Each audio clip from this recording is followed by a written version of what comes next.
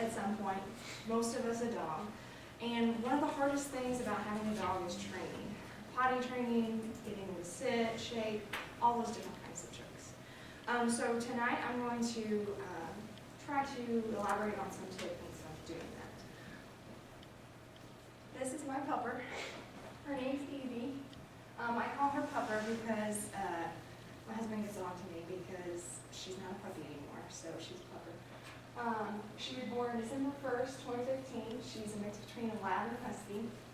And at first with her, I had a lot of difficulty training because she's very shy. She was scared of everything.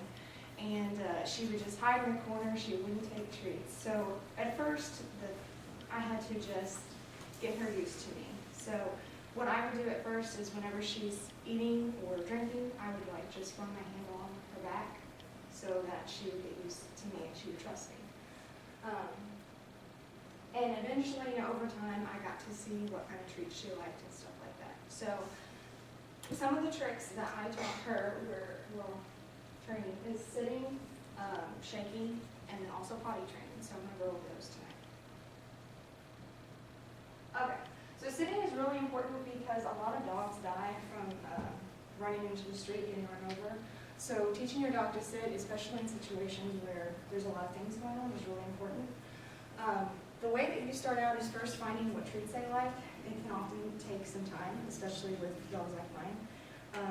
But there's always something that they're going to focus on enough to listen to you.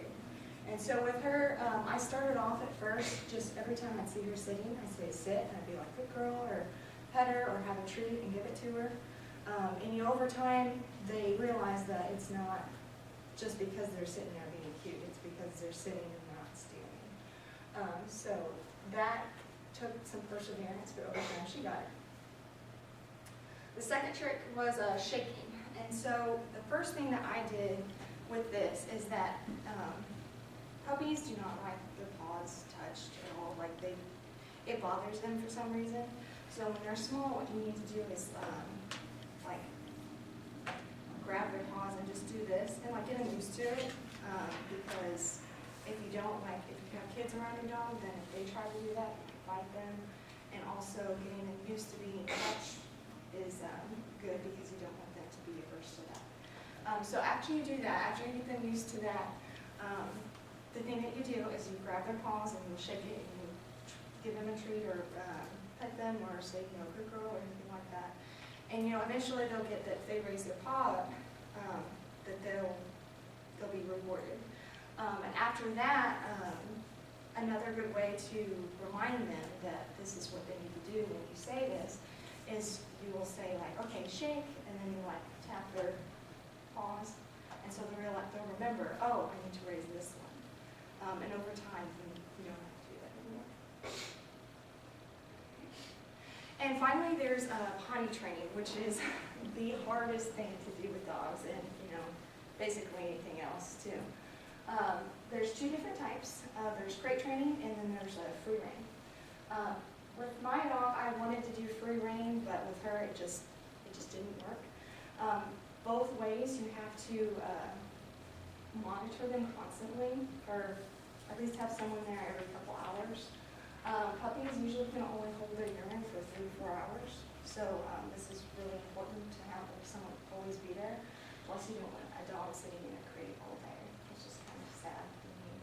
So with crate training, whenever you're gone, like say for an hour or two, you'll put them away, and when you come back, you'll take them outside right away. And if they potty outside or anything like that, you give them a treat or you pet them, stuff like that. And then when you're inside, you don't put them back in a crate or anything, but you will just like watch them. And like with babies, you can usually tell like what kind of behaviors they have before they use the restroom over time. So just getting to know your dog is really important with that. And then when you do take them outside, when they do wait, you have to make sure to warm them again. And let's see, the other one is free rein, which has to do with the first one. It's just that you don't use your crate. You basically have to be with your dog all the time, or at least have someone be with your dog. Because what you have to do again is make sure that you